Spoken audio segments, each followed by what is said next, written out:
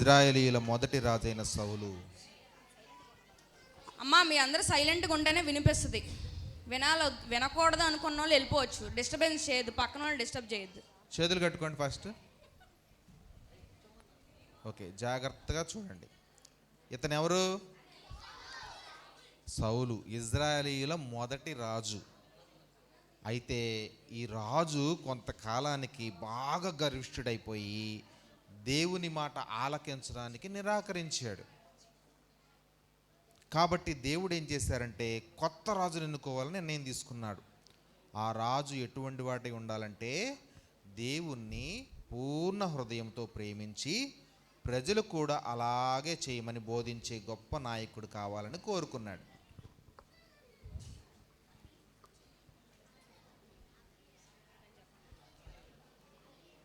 సమూయేలు.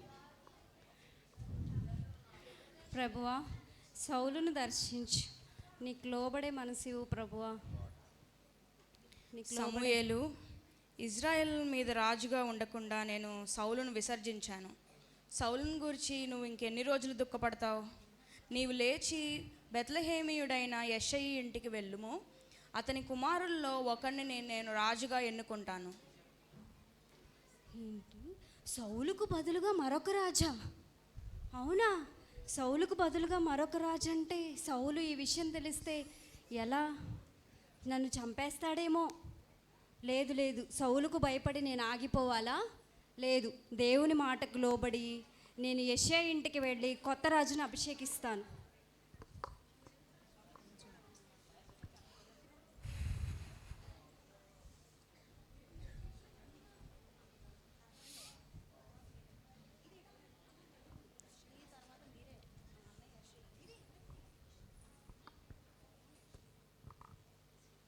దీర్ఘదర్శి, సమాధానంగానే వచ్చున్నావా? అవును, సమాధానంగానే వస్తున్నాను. కూర్చోండి. యెషయా కుమారుల్ని పిలవనంపించండి. కుమారులరా రండి. ఇతడు నా జ్యేష్ఠ కుమారుడు. మంచి అందంగా ఉన్నాడే, చాలా అందంగా ఉన్నాడు.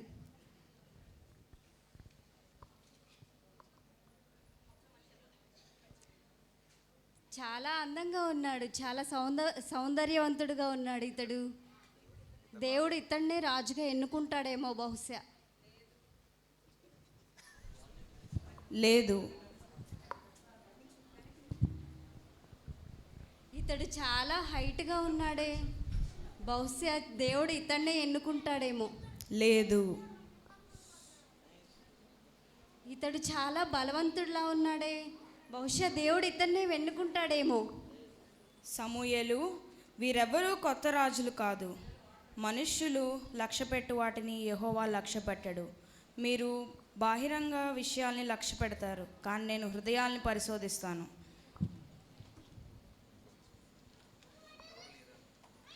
ఇంకా యెషయా, నీ కుమారులు ఇంకా ఎవరు లేరా? నా చిన్న కుమారుడు ఉన్నాడు, పిలవనంపించు. గొర్రెలు కాసుకోవడానికి వెళ్ళాడు. అతని పేరు దావీదు. దావీదుని పిలుచుకురండి. ఇదిగో అమ్మా, ఇతనే నా చిన్న కుమారుడు.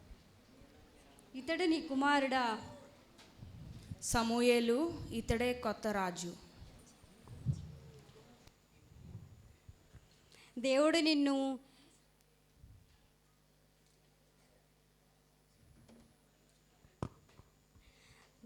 నిన్ను అభిషేకించునుగాక. ఇజ్రాయేలు ప్రజల్లోంచి కొత్త రాజు నీ వచ్చి ఆ ప్రజలను నువ్వు పరిపాలించుదువుగాక.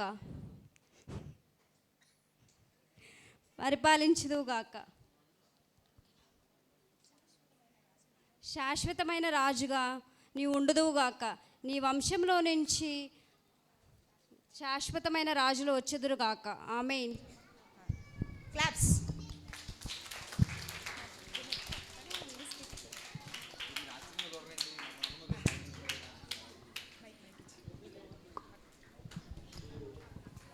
పిల్లలు, ఇశ్రాయేలీల కొత్త రాజు ఎవరు ఇప్పుడు? దావీదు. మరి దేవుడు గొర్రెల కాపరి అయిన దావీదుని రాజుగా ఎందుకు ఎన్నుకున్నాడబ్బా? మీకు ఎవరికైనా తెలుసా? ఎందుకు ఎన్నుకున్నాడో తెలుసా? దావీదు హృదయం దేవుని హృదయానికి చాలా దగ్గరగా ఉందంట. దేవుడు ఎవరినైనా సెలెక్ట్ చేసుకోవాలంటే ఒక మనిషిని వాళ్ళల్లో ఏం చూస్తాడంట? వాళ్ళ పై రూపాన్ని చూస్తాడా? నువ్వు అందంగా ఉన్నావా, అందంగా లేవా, తెల్లగా ఉన్నావా, నల్లగా ఉన్నావా, పొడుగ్గా ఉన్నావా, ఇలాంటి క్వాలిటీస్ ఏమైనా దేవుడికి కావాలా? అక్కర్లేదు పిల్లలు. దేవుడు ఏం చూస్తాడంట? మన హృదయాన్ని చూస్తాడంట. హృదయం చూడటం అంటే ఏంటి పిల్లలు? మన బాడీని కట్ చేసి లోపలున్న మన హార్ట్ని తీసి ఇది ఎలా ఉంది, చిన్నగా ఉందా, పెద్దగా ఉందా అని చూస్తాడా? లేదు, మన బిహేవియర్ చూస్తాడంట. ఏంటి? మన ప్రవర్తన చూస్తాడు. మన ప్రవర్తన మంచిగా ఉందా, చెడ్డగా ఉందా, మనం దేవుడి మాటకు లోబడుతున్నామా, విధేయత చూపుతున్నామా లేదా అనేది మాత్రమే చూస్తాడంట కదా పిల్లలు.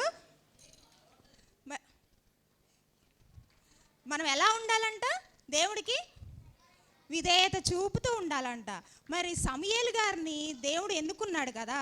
సమూయేలు భయపడ్డాడా లేదా దావీదుని అభిషేకం చేయడానికి? భయపడ్డాడా లేదా? సౌలు ఏం చేస్తాడోనని భయపడినప్పటికీ ఆ సమూయేలు ఏం చూపించాడు? ధైర్యం చూపించాడు కదా. దేవునికి లోబడే ధైర్యం కూడా సమూయేలుకు ఉంది. మరి దైవభక్తి కలిగిన నాయకులు ఎలా ఉంటారో తెలుసా పిల్లలు? సమూయేలులా ధైర్యంగా దేవుని మీద విశ్వాసం కలిగి ఉంటారంట. మరి కొత్త రాజుగా దావీదుని అభిషేకిస్తే ఆ సౌలు ఏం చేస్తాడో, నన్ను చంపేస్తాడేమోనని భయపడినప్పటికీ సమూయేలు ధైర్యంగా దావీదుని అభిషేకించారు కదా. మరి అలాగే సమూయేలు లాంటి ధైర్యమే ఇంకొక ఆయనకి కూడా ఉందంట. ఎవరో తెలుసా? ఆయన విలియం కేరీ గారు. ఎవరో చెప్పారా ఇక్కడ? వెరీ గుడ్, విలియం కేరీ గారు. విలియం కేరీ గారు ఏం చేశారో తెలుసా ధైర్యంగా? విలియం కేరీ గారిది ఏ ఊరు? ఇంగ్లాండ్ కదా. 4 రోజుల నుంచి అక్క చెప్తున్నారు కదా విలియం కేరీ గారి గురించి. ఇంగ్లాండేనా? ఇంగ్లాండ్ నుంచి ఆయన్ని ఇశ్రాయేలీలకు రాజుగా దావీదుని ఎన్నుకున్నాడు కదా దేవుడు. అలాగే భారతదేశానికి సువార్తను ప్రకటించడానికి విలియం కేరీ గారిని ఎన్నుకున్నాడంట. విలియం కేరీ గారు ఎలా వచ్చారో తెలుసా భారతదేశానికి?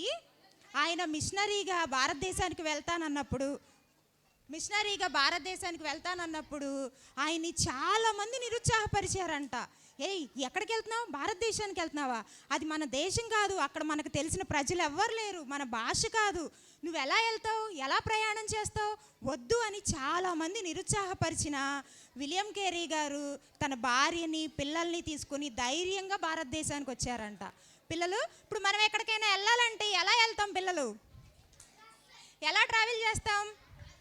బస్ ఎక్కుతాం, కార్ ఎక్కుతాం, మరి ఇంకా కొంచెం దూరం అయితే ట్రైన్ ఎక్కుతాం, హెలికాప్టర్ ఎక్కుతాడంట, ప్లైన్లో వెళ్తాం కదా.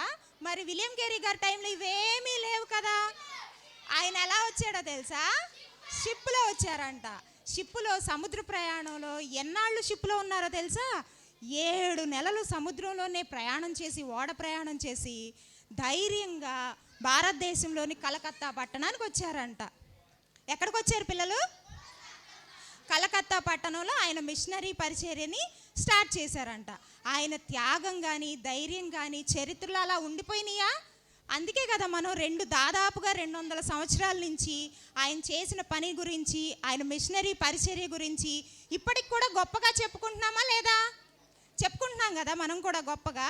మరి అలాగే ఇశ్రాయేలీల ప్రజలకి రాజుగా దావీదుని ఎన్నుకున్నాడు కదా. ఒక సామాన్యమైన వ్యక్తేనా దావీదు? ఎవరంట దావీదు? గొర్రెల కాపరి. మరి విలియం కేరీ గారు ఎవరు? సామాన్యమైన చెప్పులు కుట్టుకునే వ్యక్తిని మిషనరీగా భారతదేశానికి పంపించాడు కదా. మరి నిన్ను నన్ను కూడా దేవుడు ఎన్నుకొని మన జీవితాల ద్వారా గొప్ప కార్యాలు చేయగలడా, చేయలేడా? చేయగలడు. మరి అలా చేయాలంటే మనలో ఏం కోరుకుంటున్నాడు దేవుడు? మన ప్రవర్తన, మన ధైర్యం, మంచి ధైర్యం కలిగి ఉండాలని కోరుకుంటున్నాడంట. మరి మనం అలా ఉందామా? మనం వర్ధిల్లే నాయకులుగా ఉందాం ప్రభా, మమ్మల్ని కూడా అలాంటి గొప్ప గొప్ప వ్యక్తులుగా తయారు చేయండి అని దేవుణ్ణి అడుగుదామా? మరి అడగాలంటే ఏం చేయాలి? ప్రార్థన చేసుకుందామా? మనం ఈరోజు ఎవరి గురించి తెలుసుకున్నాం పిల్లలు? ధైర్యవంతులైన నాయకుల గురించి. మనం ధైర్యవంతులైన నాయకులు 2 గురించి తెలుసుకున్నాం. ఎవరు వాళ్ళు? సమూయేలు, విలియం కేరీ గారు. సమూయేలు ఏం చేశాడు ధైర్యంగా? ఎవరో చెప్పారు, దావీదుని అభిషేకించాడు కదా సౌలుకి భయపడకుండా. మరి విలియం కేరీ గారు ధైర్యంగా ఏం చేశారు? భారతదేశానికి వచ్చి పరిచర్య చేశారు. అవునా? ఈ మర్చిపోతారా? మరి మనం కూడా అలాగే స్ట్రాంగ్గా ధైర్యంగా నిలబడదామా? మరి ప్రార్థన చేసుకుందామా? ప్రార్థన చేసుకుందాం. ప్రార్థన అనగానే ఏం చేయాలి?